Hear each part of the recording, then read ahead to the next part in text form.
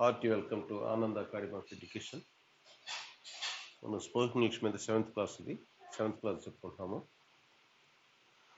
2B అనే phrase గురించి చెప్పుకుంటున్నాం. అది ఎలా ఉపయోగపడుతుంది, ఎలా ఉపయోగిస్తారు అనేది. ఇప్పుడు 2B తర్వాత వెర్బ్ యొక్క మూడో రూపం. For example see, saw, see. ఇది V1, V2, V3. ఈ 2B తర్వాత ఎప్పుడు కూడా వెర్బ్ యొక్క మూడో రూపం మాత్రమే వస్తుంది. 2B తర్వాత 2B సానో, 2B సా లేదా 2B సి ఇలా చెప్పడం తప్పు, రాంగ్ అవుతుంది. ఈ 2B తర్వాత వెర్బ్ యొక్క మూడో రూపమే రావాలి. అలాగే గివ్ అన్నాం అనుకోండి, గివ్, గివ్, గివెన్ ఇలా. 2B seen, 2B given. అలాగే సెండ్, సెంట్, సెంట్ ఇలా. అంటే 2B సీన్ అని, 2B సెంట్ అని, 2B గివెన్ అని, 2B గివెన్ అని ఇలా ఫ్రేజులు వస్తూ ఉంటాయి. 2B సీన్ చూడవలసి ఉన్నది. 2B సెంట్ పంపించవలసి ఉన్నది, పంపించాల్సింది, పంపించుటకు, ఇలాంటి అర్థాలు వస్తాయి. 2B గివెన్ ఇవ్వవలసి ఉన్నది, ఇలాంటి అర్థాలని కూడా ఈ ఫ్రేజులకు వస్తూ ఉంటాయి. అందుకని 2B ప్లస్ V3 రాశాను. 2B తర్వాత వెర్బ్ యొక్క మూడో రూపం మాత్రమే వస్తుంటుంది. ఫర్ ఎగ్జాంపుల్ 2B సెంట్ తీసుకున్నాం. 2B సెంట్ అంటే పంపించవలసినది, పంపించుటకు, పంపించవలసి ఉన్నది, ఇలాంటి అర్థాలు వస్తాయి కదా. ఇప్పుడు ఈ సెంట్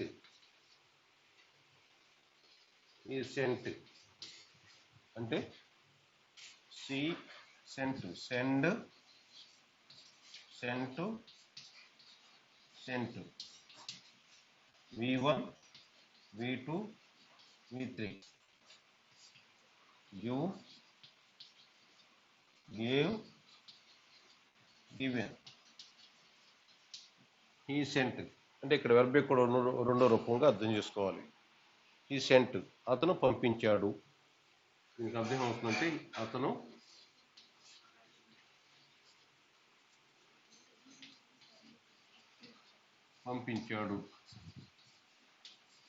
పంపించాడు. అలాగే ఈ గేవ్ అతను ఇచ్చాడు.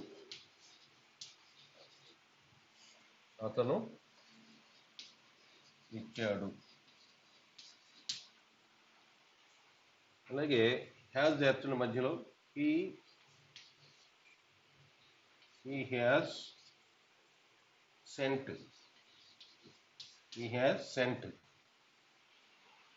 ఇక్కడ he has sent అన్నప్పుడు ఇది మూడో రూపంగా అర్థం చేసుకోవాలి. ఆ తేడా మీకు ఇక్కడ కనిపిస్తుంది. he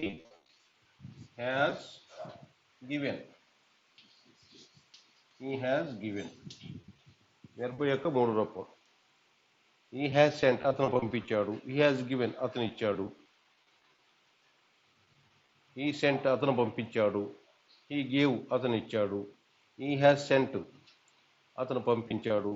he has given అతను ఇచ్చాడు. అయితే ఈ అర్థాల్లో తేడా ఏంటి? he has sent అతను పంపించాడు,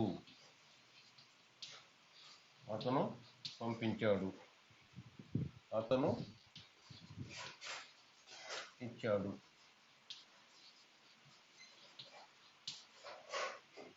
he sent అతను పంపించాడు, పంపెను అన్నప్పుడు ఇది గతంలో.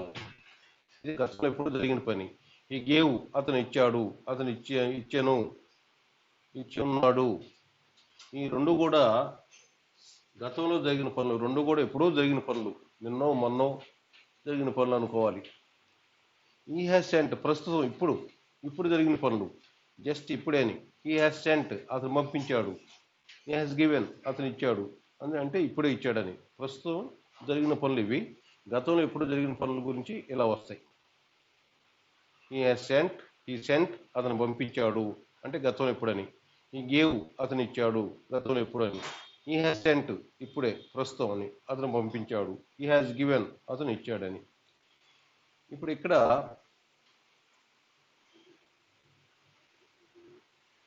ఈ రెండు, ఇక్కడ వీటి మధ్య ఈ సెంట్ ఉంది కదా, ఈ సెంట్ వాజు చేర్చి అనుకోండి, ఈ వాజ్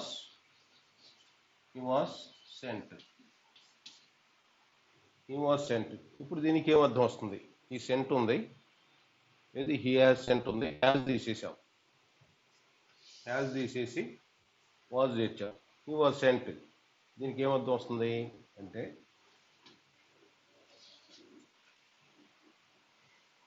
అతనిని,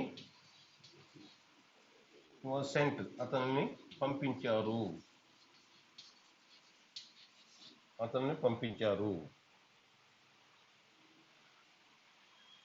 లేదా అతనిని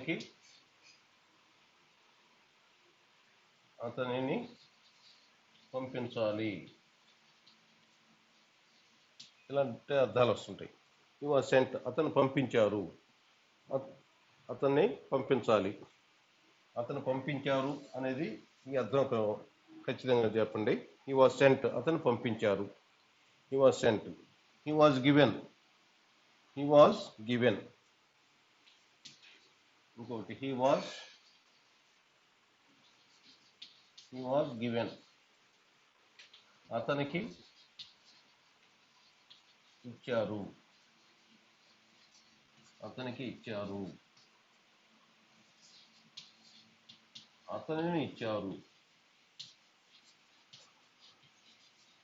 రెండు రకాల అర్థాలు వస్తాయి. హీ వాజ్ సెంట్ అతను పంపించారు, హీ వాజ్ గివెన్ అతనికి ఇచ్చారు, అతను ఇచ్చారు. ఇలా రెండు రకాలు కూడా అర్థాలు వస్తుంటాయి. హీ వాజ్ గివెన్ అతన్ని ఇచ్చారు, అతనికి ఇచ్చారు. ఏమి ఇచ్చారు? He was given a prize, అతనికి ఒక బహుమతి ఇచ్చారు. అతనిని ఇచ్చారు, ఇట్ వాజ్ గివెన్ దాన్ని ఇచ్చారు. ఇక్కడ అతనిని ఇచ్చారు అన్నప్పుడు he was given to Sharmila, అతను షర్మిలకి ఇచ్చారు అంటే షర్మిలతో మ్యారేజ్ చేశారని అర్థం వస్తుంది. ఇక్కడ హీ బదులు ఇట్ చేస్తే ఇట్ వాజ్ గివెన్ అది ఇవ్వబడినది, ఇట్ వాజ్ గివెన్ అది ఇవ్వబడినది. ఇలాంటి అర్థాలు వస్తుంటాయి. కాబట్టి ఇక్కడ ఈ సెంట్ అంటే అతను పంపించాడు, ఈ వాజ్ సెంట్ అంటేనేమో అతను పంపించబడ్డాడు, అతను పంపించారు అర్థం వస్తుంది. ఈ సెంట్ అతను పంపించాడు, ఈ వాజ్ సెంట్ అతను పంపించారు. హీ గేవ్ అతను ఇచ్చాడు, హీ హ్యాస్ గివెన్ అతను ఇచ్చాడు. ఈ వాజ్ గివెన్ అతనికి ఇచ్చారు, ఈ వాజ్ గివెన్ అంటే అతనికి ఇచ్చారు లేదా అతన్ని ఇచ్చారు, అతనికి, అతనిని. ఇలా రెండు రకాలుగా అర్థాలు వస్తూ ఉంటాయి. జాగ్రత్తగా గమనించుకుంటుండాల. ఇక్కడ సపోజ్ టు బి చేర్చామనుకోండి, టు బి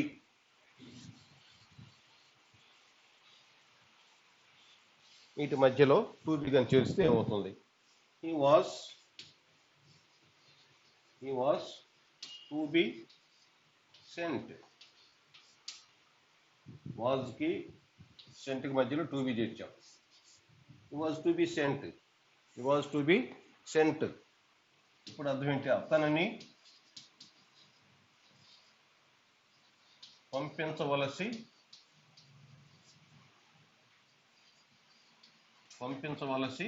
ఉన్నది, అతన్ని పంపించవలసి ఉన్నది. He was to be sent అతను పంపించవలసి ఉన్నది. He was to be given అతనికి ఇవ్వవలసి ఉన్నది, ఇవ్వవలసి అతనికి ఇవ్వవలసి ఉన్నది. He was to be sent, అతను పంపించవలసి ఉన్నది. He is to be sent, he is to be sent, is అని కూడా చెప్పచ్చు. He is to be sent, అతను పంపించవలసి ఉన్నది అంటే ప్రస్తుతం ఇప్పుడని. He was to be sent అంటే అతను పంపించవలసి వచ్చింది, గతం ఎప్పుడో. పంపించవలసింది కాబట్టి పంపించాడు అనేది. అలాగే he was to be given, he was to be given, అతనికి ఇవ్వవలసి ఉన్నది. He was to be given, అతనికి ఇవ్వవలసి ఉన్నది గతంలో. He is to be given, అతనికి ఇవ్వాల్సి ఉంది అంటే ఇప్పుడని. అలాగే సపోజ్ ద బుక్ వాస్ లేదా is, the book is to be sent, పుస్తకాన్ని పంపించాలి. The book is to be sent, పుస్తకాన్ని పంపించాలి. The book is to be sent, పుస్తకాన్ని పంపించాలి. ఎక్కడికి? టు బెంగళూరు, పుస్తకాన్ని బెంగళూరు పంపించాలి. The book is to be sent, పుస్తకాన్ని పంపించాలి. The dust is to be sent, డస్ట్ను పంపించాలి. అలా the book is to be sent to Bengaluru పుస్తకాన్ని పంపించాలి. బట్ ఇంకా దీని వాక్యాన్ని ఇంకా మనం ఎక్స్టెండ్ చేసుకోవచ్చు. But it will B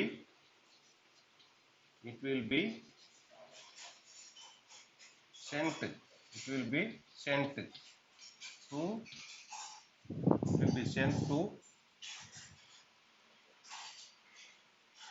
Guntur.